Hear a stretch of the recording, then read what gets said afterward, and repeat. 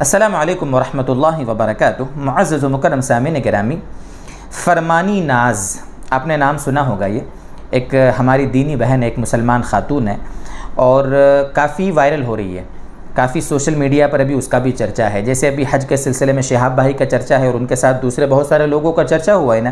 تقریباً 2-3 سالوں سے انہوں نے گانا شروع کیا تھا۔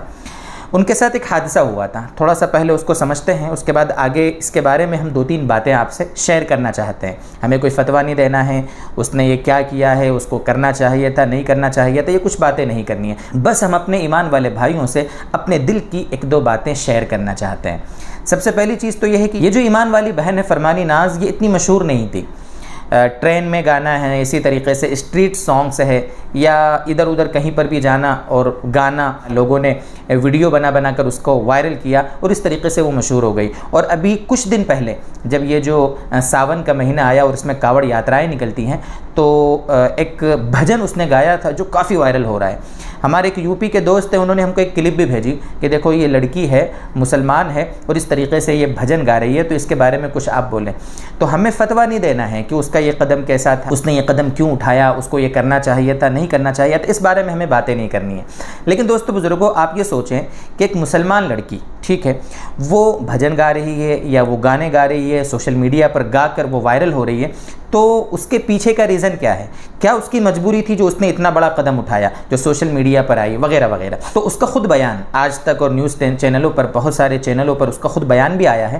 اس کا کہنا یہ تھا کہ وہ ایک مسلمان خاتون، جیسے نارمل عام مسلم خاتون ہوتی ہے ویسی زندگی گزار رہی تھی۔ اس کے شوہر نے اس کے ساتھ بے وفائی کی، اس کا ایک بچہ تھا جو بھی بیمار تھا، اس کے شوہر نے اپنی اس بیوی کو یعنی اس فرمانی ناز کو چھوڑ دیا، دوسری سے کسی سے شادی کر لی اور وہ اپنا بس مست رہنے لگا۔ اب یہ بیچاری مجبور ہو گئی، در در کی ٹھوکریں کھا رہی تھی، پریشان ہو رہی تھی۔ اللہ نے اس کو آواز کو حسن دیا تھا، وہ اپنے اس ٹیلنٹ اور اپنے ہنر کے ذریعے سے ایک چھا گئی، لوگوں کے دلوں پر راج کرنے لگی، اور کچھ دن پہلے اس نے جب بھجن گایا ہے تب تو بہت زیادہ وہ مشہور ہو گئی ہے۔ اب ایسے جب حالات آتے ہیں یا جب کوئی ایمانی بہن اس طریقے کے ناجائز کام کرتی ہے، تو دوستو فتوے دینے والے تو بہت آ جاتے ہیں کہنے کے لیے کہ یہ ایسا اس نے کیا کیا، اس کو نہیں کرنا چاہیے تھا، حرام کام کر رہی ہے، بھجن گا رہی ہے، یہ تو ایمان سے خارج ہو گئی ہے، اس کو تو توبہ کرنا چاہیے وغیرہ وغیرہ، فتویٰ دینے والے بہت آ جائیں گے۔ لیکن دوستو اس نے اتنا بڑا قدم اٹھایا کیوں ہے؟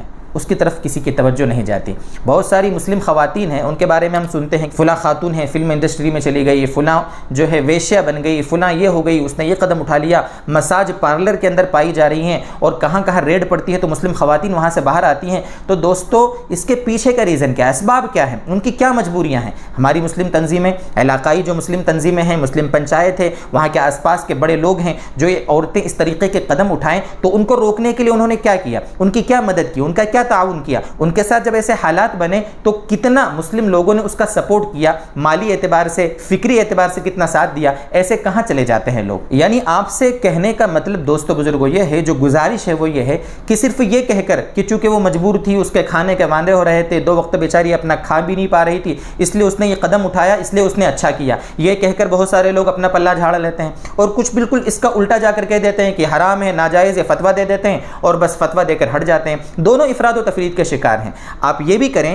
کہ اس کو پیار محبت سے سمجھائیں۔ جس علاقے میں بھی ایسے کوئی لوگ ہیں، ایسی کوئی خواتین ہیں، ایسا کوئی مرد ہے جو کوئی ایسا قدم اٹھا رہا ہے جو اسلام کے خلاف ہو، جس کی وجہ سے اسلام کی بدنامی ہو رہی ہو، تو علاقے کی تنظیموں کو چاہیے کہ ان کا آپ سمجھیں، ان کے پاس جائیں، ان کے پاس بیٹھیں، ان کا درد سمجھیں اور ان کی جو بھی تکلیف ہے اس کو دور کرنے کی کوشش کریں۔ اور دوسری طرف جو لوگ ہوتے ہیں وہ ڈائریکٹ فتویٰ دے دیتے ہیں کہ حرام ہے، ناجائز ہے۔ دوستو ایسے فتوے دینے سے مزید اسلام بدنام ہوتا ہے، یہ بھی دھیان رکھیں۔ دونوں طرف افراط و تفریط کے لوگ شکار ہو رہے ہیں۔ پہلی گزارش تو یہ ہے کہ جو بھی اس طریقے سے قدم اٹھایا جائے، جو بھی ایسی بہن ہو، بھائی ہو، کوئی قدم ایسا اٹھائے تو اس کو علاقے کے لوگ اچھے سے سمجھا بجھا کر اس کی تکلیف کو دور کرنے کی کوشش کریں۔ اور دوسری طرف ہماری وہ بہنیں جو اس طریقے کے قدم اٹھا لیتی ہیں جو اسلام کے خلاف ہوتا ہے، تو ایسی میری بہنوں سے گزارش یہ ہے کہ ہم چونکہ ایمان والے ہیں، ہم مسلمان ہیں، اور جو مسلمان ہوتا ہے نا وہ اپنی مرضی سے نہیں چلتا بلکہ وہ اللہ کی مرضی کے مطابق زندگی گزارتا ہے۔ نبی اکرم صلی اللہ علیہ وسلم نے جن چیزوں سے منع فرمایا ان سے وہ رکتا ہے۔